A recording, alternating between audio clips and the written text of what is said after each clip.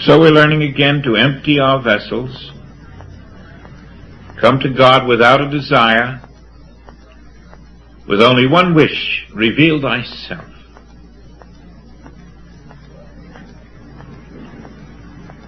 Thy grace will be my sufficiency. I seek no thing. We do not make the mistake of going to God for any material thing, for any material condition. That would be like going to a peach tree and expecting apples. God has no material thing to give us. Spirit gives itself. We don't go to Spirit for material things. We go to Spirit for the realization of Spirit. And then the will of Spirit, the power of Spirit, manifests itself as the fruitage of Spirit. And oftentimes, it will not appear as the thing we had mentally outlined, but it will be what we need. And always it will be the right thing. This is a great secret. For those who have discovered it, they have learned that this is the way to build a life that glorifies the Father.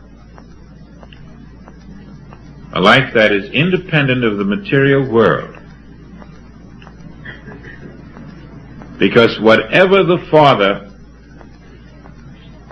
makes manifest in your experience is yours.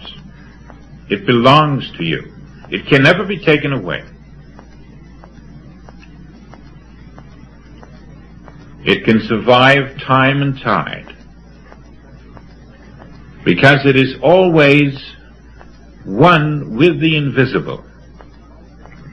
It is always there under divine guidance. The health that comes through the Christ, the wealth that comes through the Christ, the harmony, the comfort, the safety, the protection, the love and the wisdom that come through the Christ, being divine, being perfect, being omnipotent, always dissolve all seeming opposition.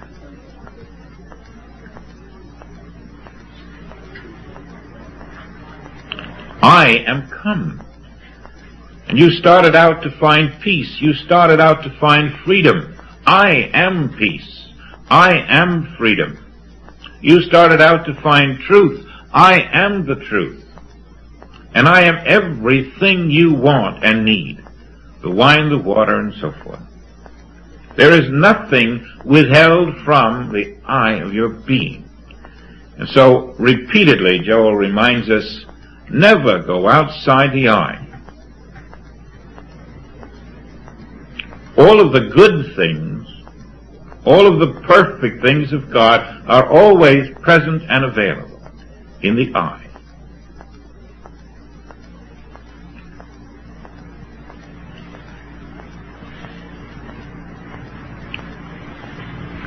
And now comes a very difficult thing. These things are not available when you are living inside the form.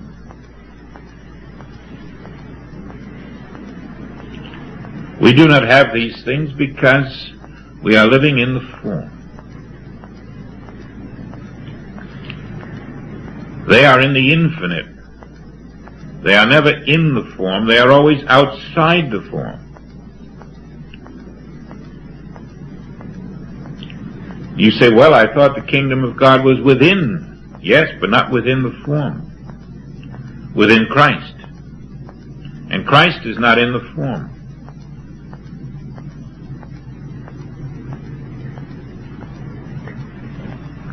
Form is in the mind. Christ is everywhere. The allness of God, the fullness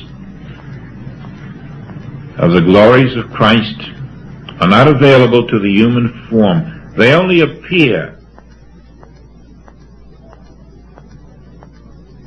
but they always remain as the invisible essence of the Father. Now, to live not in the form is the ultimate experience in this work.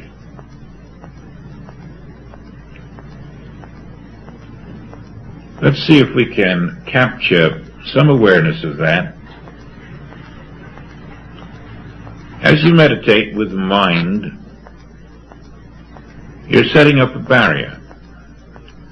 You have the idea that the mind has to be an instrument which contacts the invisible infinite. So there's this mind probing, or trying to be still, trying to do something. Even trying to be still is trying to do something. And although you have come to a place where you manage to be still many times, there are other times when you find you cannot.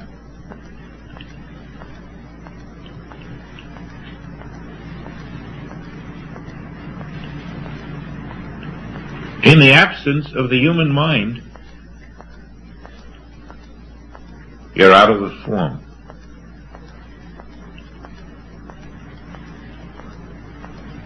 You are the infinite.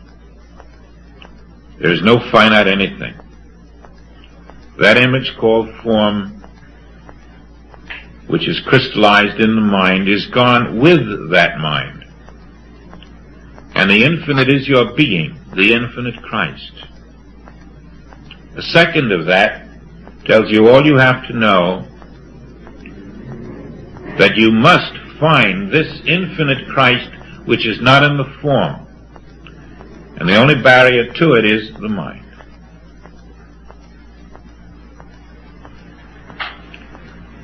After you've emptied all the concepts from the mind, there is a moment when you step right out of that mind. And you cannot find yourself for an instant.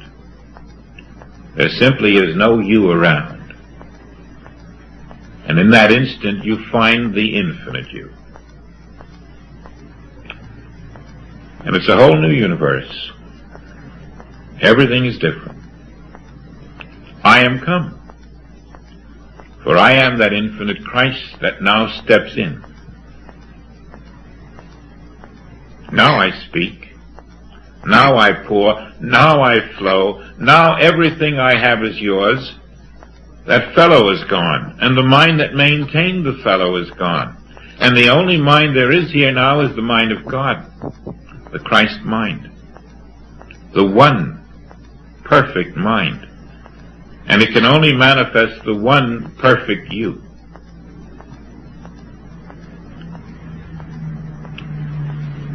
Only in the absence of you is the presence of God.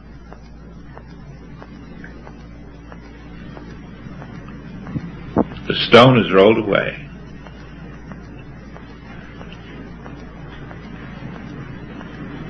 A picture is worth 1,000 words.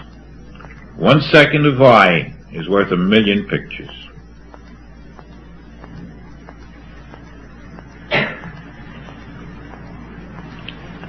Now, when you learn the importance of I to the extent that you have a conviction that without I am nothing, then your dedicated effort goes to attaining the consciousness of the presence of I.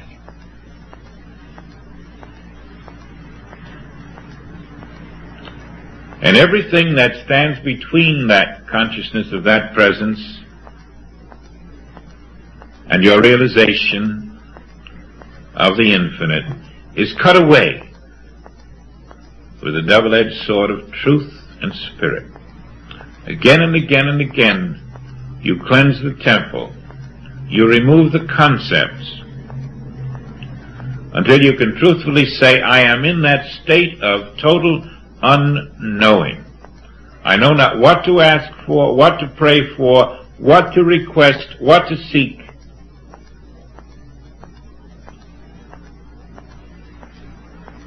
I am eyeless. I am mindless. I am that invisible self, an empty vessel, totally dependent on what the Father pours forth.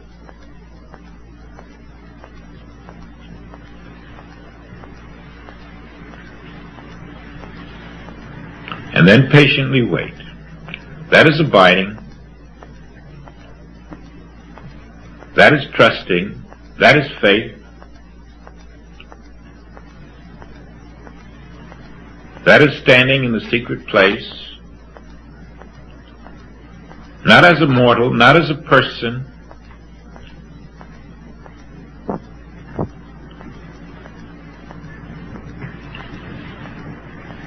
but as the perfect Son of God, accepting your Father's presence where you are. You see, you could never be an imperfect Son of God. There is no imperfect child of God. Every imperfection you declare says, I am not that child, whereas you are.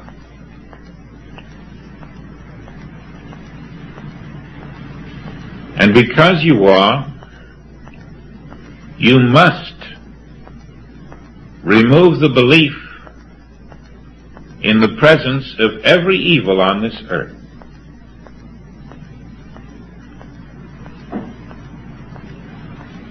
You must see all evil as a coat worn by the human mind. Step out of that coat. Let it fall to the ground. It is nothing but a universal image of evil.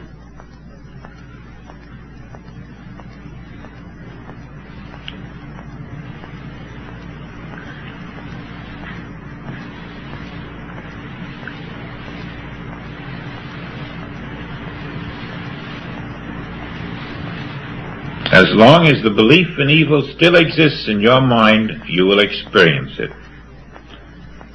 When you realize that is only the Antichrist world mind functioning through you, using you, channeling through you to express its own Antichristhood,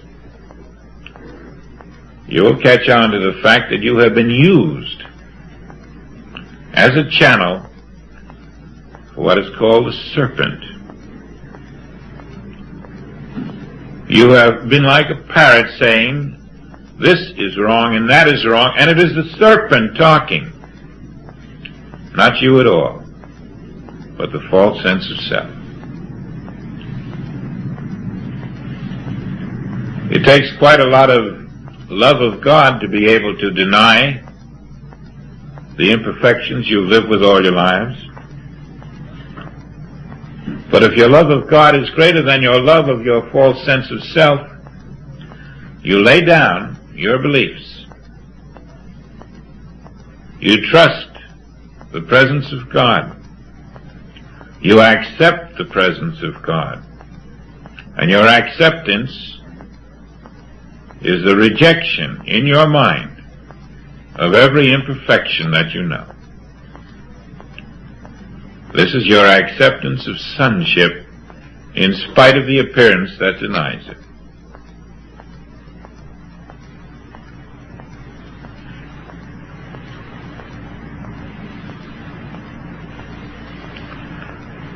Well, perhaps at this point we have a leg in the door. Now let's see what else Joel has to say. There is not I, the Father, and I, the Son.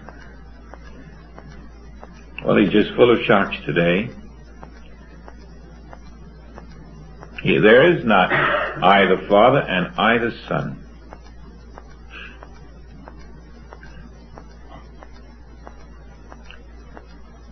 Now we have to dwell on that until it has a meaning for us. Because he is revealing infinite wisdom.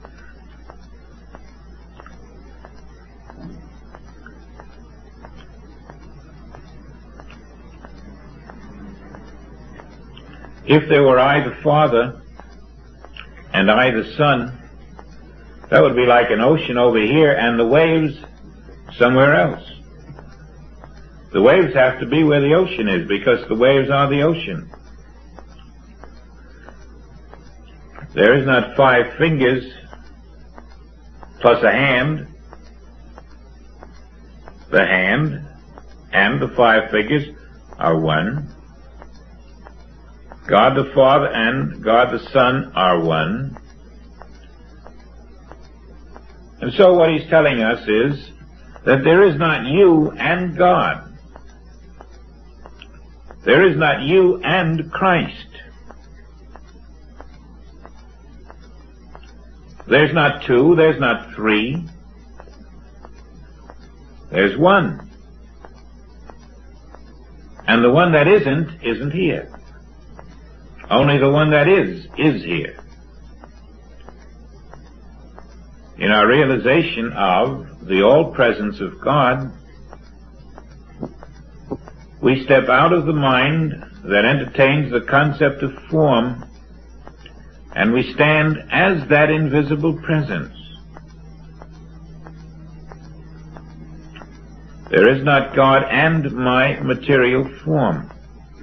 There is not God and your material form.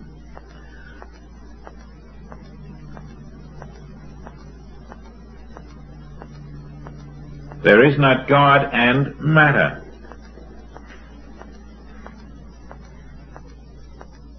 The mind which maintains its concept of a material universe is yielded.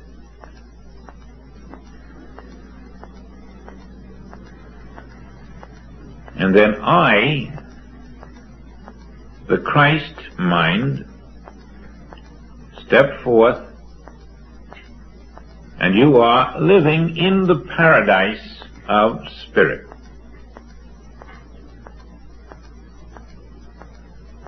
The trees are still visible, but you're conscious of the essence of the tree. There's still birds chirping all over the place, but you're conscious of the essence that the world is calling the bird. No one takes away the vegetation or the sun, but you are conscious of something that no one else can see. You're living in your infinite, invisible universe, where there isn't God and mortal beings.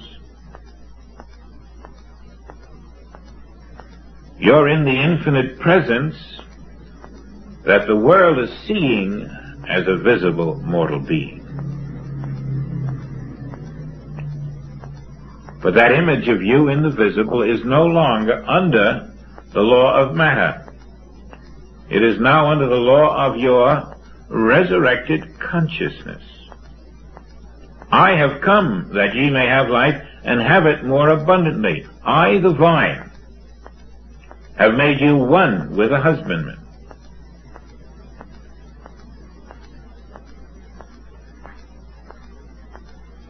And in your new consciousness, your accepted identity, the law of perfection expresses its omnipotence in that visible image which the world calls you. The light reveals itself as the divine image and likeness made manifest.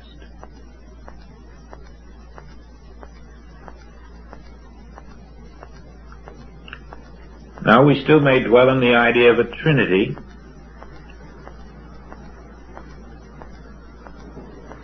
but we're learning that there is only the one. Just as the tree of life was the only tree, and the human concept of it established a tree of good and evil, so there is only God, and concepts of God established God the Father and God the Son as two, but they are one. And the Master told us, I and the Father are one. Thou seest me, the Son, thou seest the Father, for we are one. In fact, that is the secret of I. I and the Father are one. And when you find I in you, you and the Father are one. Then that presence you have accepted as the only is the one which governs all that appears as you.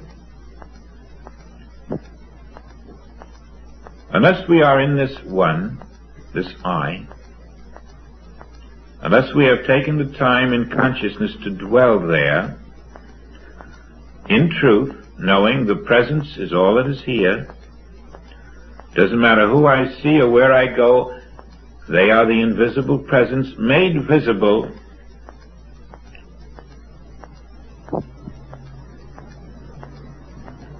to that invisible presence. You remain true, and it remains true to you. Then you find it, you have your employment, you have your harmony, you have your supply. My grace appears as your sufficiency. As long as you abide in me, in I. And abiding does not tolerate interruptions, does not tolerate exceptions. Abiding is a permanent state of consciousness. All you have to do is take your eye off the wheel for 10 minutes, or 3 seconds sometime, and you know that you aren't abiding. Well, it's the same way in spirit. Eye on the wheel. Consciousness on I, Christ.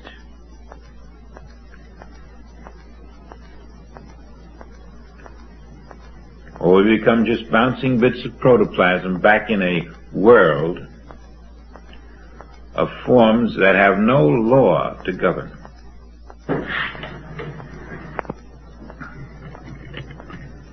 In John 10:10, the thief cometh not but for to steal, and to kill, and to destroy. I am come that they might have life, and that they might have it more abundantly. Now, who is this thief who comes to destroy? If I am the vine who goes to the Father, then the thief must be that false thought of the world, which we think is our thought. It identifies the illness, and we say, Amen. It identifies the imperfection, in fact, puts it out as an image in our thought, and we say, yes, there it is. That's the thief who comes to destroy. And unless you're in the I, the thief is your thinking mind. It isn't a matter of choice. It's an automatic thing. The thief is your thinking mind unless you're in the I. And so I takes us out of world thought. And unless you're in I, you're in world thought.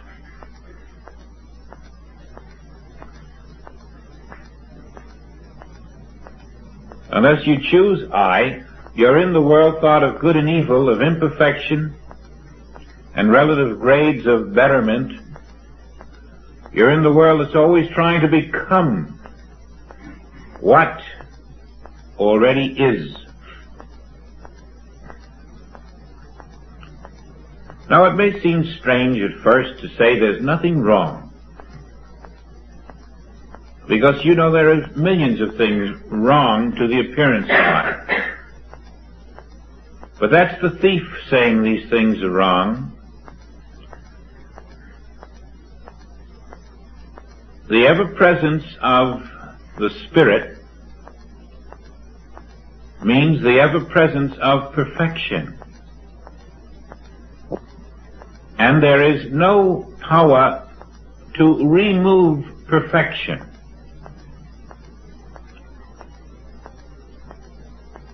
Nor is there a need to improve perfection. Perfection is the reality that is ever present right where the thief or the world mind is seeing something else. And if you love God supremely, you are accepting the ever-presence of His perfection, even though the thief would try to rob you of the truth. And then when I am accepted instead of the thief, when divine self is accepted instead of mortal self, you're not a channel for the world mind, and I then become your life more abundant. Always the life more abundant is in the rejection of that world thought which controls the human mind, which even disguises itself as the human mind.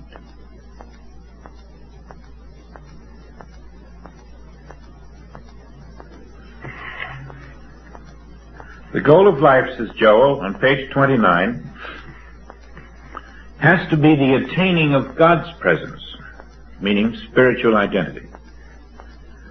There is no way to get things separate and apart from the presence of God, not spiritual things. There is no way to live harmoniously except by grace. And such a conviction brings you to the point of transition from the metaphysical life, of taking thought, of demonstrating peace, safety, security, prosperity, and happiness, even though those things may appear desirable. It takes you to the mystical consciousness of demonstrating instead the presence of the grace of God, which is the only legitimate demonstration on the spiritual path. Now, the difference then would be that in demonstrating the grace of God, it is not you determining what that grace should manifest. Instead of seeking the safety, you're seeking the grace. Instead of seeking protection, you're seeking the grace. Always, you're not seeking the thing or condition, you're seeking the grace and letting the grace manifest in its own way. And in case you haven't really caught on to this, we'll put it in very straight language. It is saying, do not live your life. Do not seek material things. As long as you seek material things, you're not seeking God. As long as you are living your life, you're not letting I, the Christ, live your life. These are harsh truths, but as long as we live our own lives, we may as well face it. Christ isn't living our lives, and only Christ goes to God. As long as we seek material things, we're putting up barriers, because the God of Spirit has none to give us.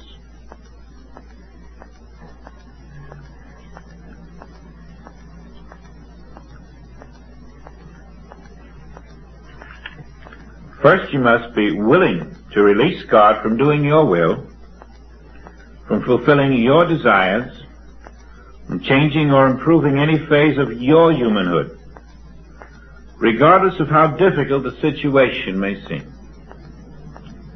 You will really not be releasing God, though. You will be releasing your concept of God, which never had any possibility of fulfilling your desires.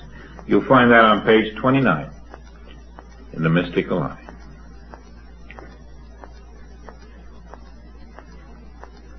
As we ask our concept of God for this, that, and the other thing, we're told we have no chance of it being fulfilled. We've all learned that to our sorrow, of course.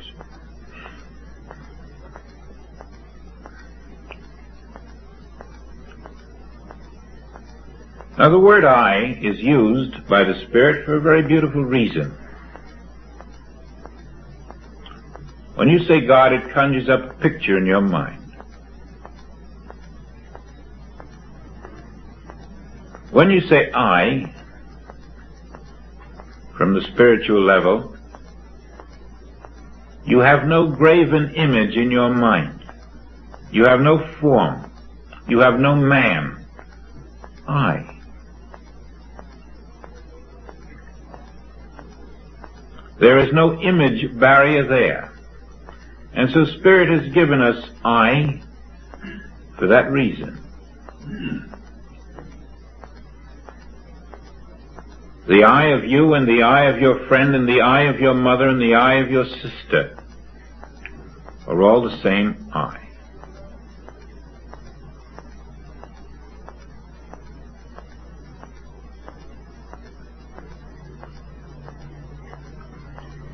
Everywhere on this earth today, I am. It doesn't matter where you're looking, I am there. This must be your constant awareness. In fact, there's cause for rejoicing when you know that God's perfection is everywhere, that it can never be removed, that all that is on this earth is the activity and presence of God. This, in your consciousness, is a possible realization. It is the kind of realization that will never accept any form of error as a reality, as a substance, as a presence, as something that has to be reckoned with. That is what is meant by ridding ourselves of concepts. That capacity to be without mortal thought about a mortal universe. That's the condition required for I to enter. It says that whoever tries to enter another way into the sheepfold is a robber. In other words, with your human mind, you cannot embrace the fullness of God. With your human mind, you cannot embrace the presence of God. With your human mind, you twist and turn to find words and thoughts, some magic button. But it does not dissolve the human conditions. I, in the midst of you, do dissolve the human conditions. And so, originally, wherever and whenever it happened, that truth beckoned to you, it has now taken you to a mountaintop called I. It says to you, I, who stand before you, can never be seen by a human eye, but I am standing here now. I am invisible, but I am mighty. And I am the presence of God on earth that men call the Christ. And you have up to now considered yourself to be that person who wears your face and your name and your body. But now, let it be revealed to you that you are I. You are an invisible being. And your invisible self is the divine image and likeness of God. I am come. You can accept me or reject me.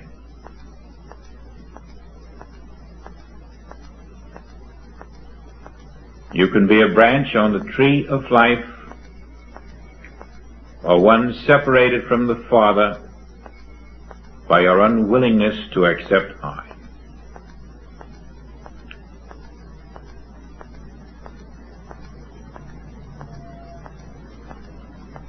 And then accept me as the identity of mother, brother, father, sister, son, nephew, and niece, the identity of enemy and neighbor, For God is individually manifest as the invisible eye everywhere, and there is no other. Then you have the universe of God. Omniscience flows through that universe, through I. Omnipotence expresses all that omniscience says is necessary. And that omniscience and that omnipotence is present everywhere at every moment. For I am everywhere. Now include yourself, for that I is you, and I is your omnipotence, your omniscience, your omnipresence. And if you stay within these three, never venturing into the belief that you are not omniscient, not omnipresent, not omnipotent, you will find you have the working tools to walk with God, to live in the kingdom, to experience the grace, to bear witness to the perfection that abounds all around you. The witness never tells the Spirit what to do, but has total trust that Spirit will always perform in the divine image and likeness.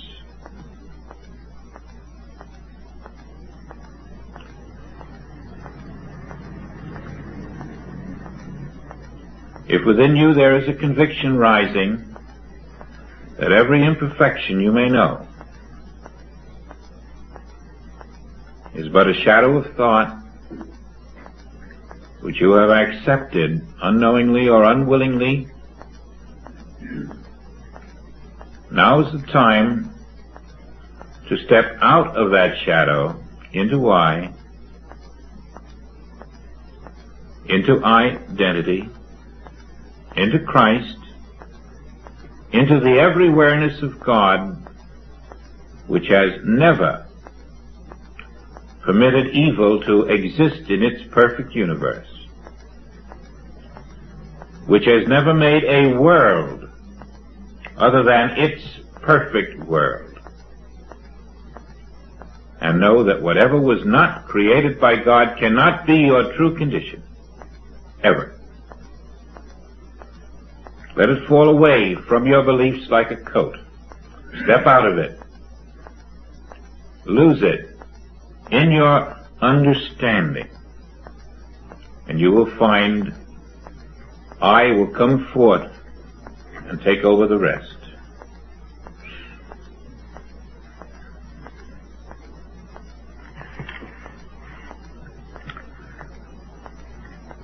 Setting up an I with some problem, that is a personal I with a problem, a desire, a need to be fulfilled, is setting up a selfhood apart from God. And this is a denial of the Master's teaching.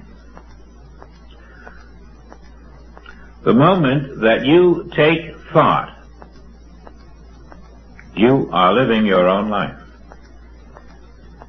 So to pray, to have in mind anything or any condition that you want from God, is to create the barrier which separates you from it. Because there's no God separate from you, and that you, which is not separate from God, has no problem.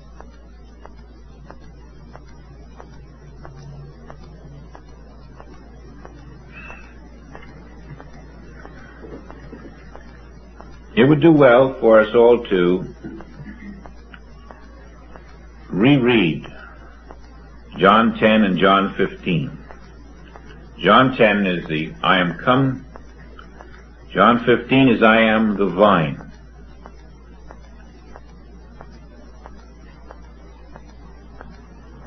And in it we are given the opportunity to lay down our mortal sense of life with its imperfections, to realize that only immortal life with its perfection is present through I.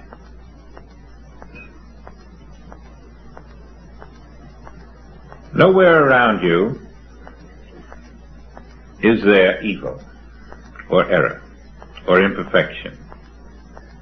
It exists only as a superimposed suggestion.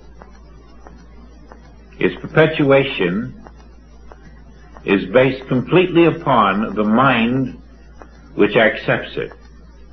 And that same mind that accepts it is the mind that has posed for all these centuries as the human mind.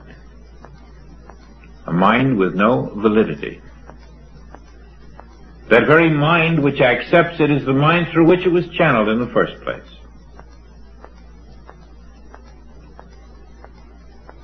As you overcome that mind and stand in the Christ mind, which is the only mind present, you will discover you have borne an imperfection all these years that never existed in God. Now we're going to have some of these experiences in greater abundance as the I that has come takes over among us. That will prepare us for the greater works. The works in which I, in the midst of us, expresses that perfection which is always present, but so little experienced by mortal belief.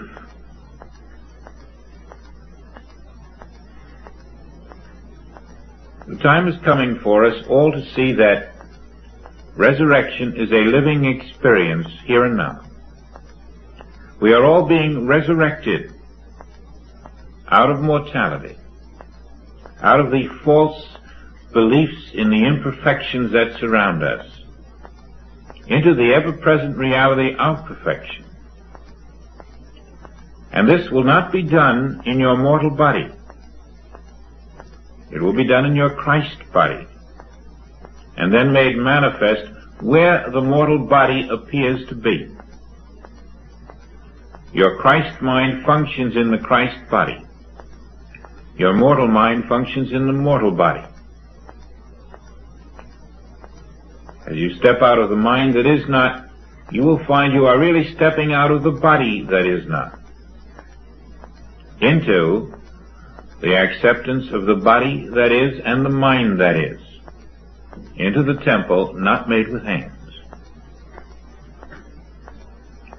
This is our preparation for that temple.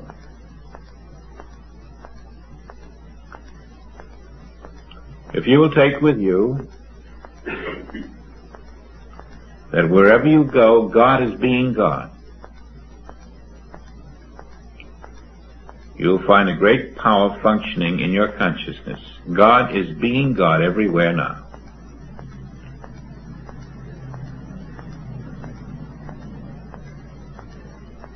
There is no place you can go where God is not being God. There's no such place on the earth. In consciousness, you must work with this until Spirit says Amen.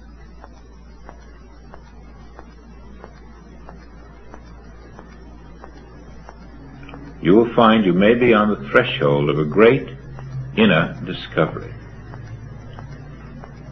I Am the Way is next week. I am come. I am the door.